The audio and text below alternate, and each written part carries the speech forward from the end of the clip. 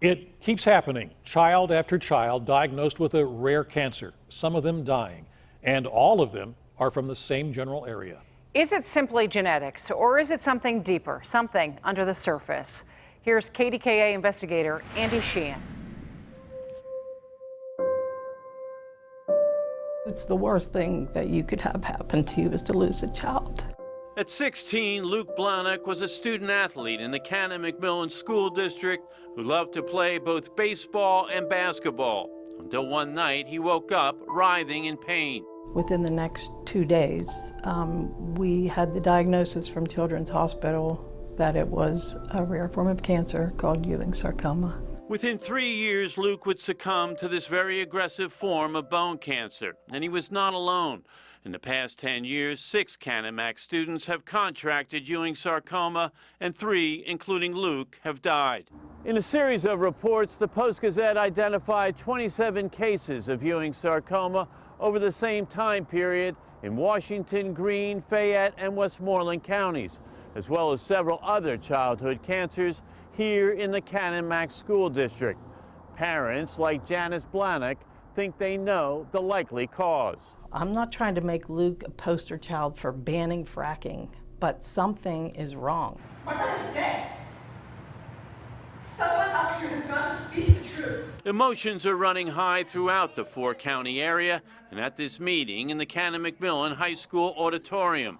With fewer than 250 cases of Ewing sarcoma recorded annually in the United States, parents and family members believe they're living in a cancer cluster, and the shale gas industry is to blame. They're all suffering. Why? Because of fracking. Stop being afraid to say it. But is fracking the cause? This panel of public health experts couldn't draw that conclusion.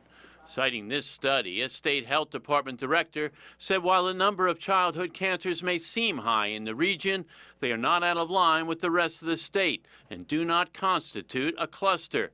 Against the perception, the health department says over the 10-year time period, the number of cancers is, quote, not statistically significant. And this Ewing sarcoma doctor from UPMC indicated the cancer is primarily genetic in nature and mostly related to family history. But while current research does not show a link to environmental causes, retired pediatrician Ned Qatar does not find that persuasive. The fact that there is no known environmental factor that has been associated with the development of Ewing sarcoma does not mean that there's no environmental factor that's causing Ewing sarcoma. It just hasn't been studied. The cancer is very rare. If environment is a factor, you could cite several other potential health threats. The region has long hosted the coal industry, industrial farming chemicals, even this abandoned uranium disposal site. But environmental advocates say the spike in these cancers matches the decade-long rise of fracking and the shale gas drilling industry. We've been living with that uranium depot for decades. We've been living with these chemicals. There's one thing that's new, there's one thing that's different, and that's fracked gas. Any case of childhood cancer is tragic. David Spiegelmeyer of the Marcellus Shale Coalition says there's no pathway, either in the air or the water, linking shale gas to these cancers.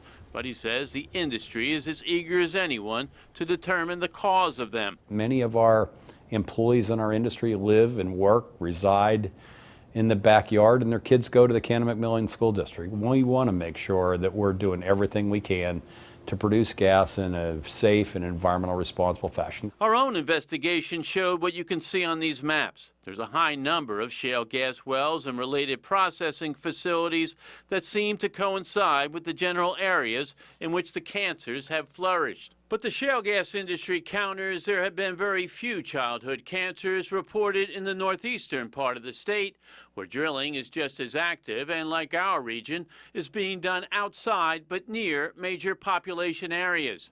And the industry says it's spent the past 10 years improving procedures and mitigating impacts. Last year, 780 wells drilled in Pennsylvania, more than 19,000 inspections. There's no industry in the Commonwealth that's under the kind of scrutiny that Pennsylvania's shale gas industry is under, and we've invited that. But the debate rages on, and even environmental advocates concede they can't establish a link between the shale gas industry and these cancers. But there is a lot of circumstantial evidence that shows that the risk risk is increased to people who are living and working near this industry. On circumstantial evidence, I don't think we operate that way. We base everything on facts and not folks that have had an agenda since this industry began to shut it down.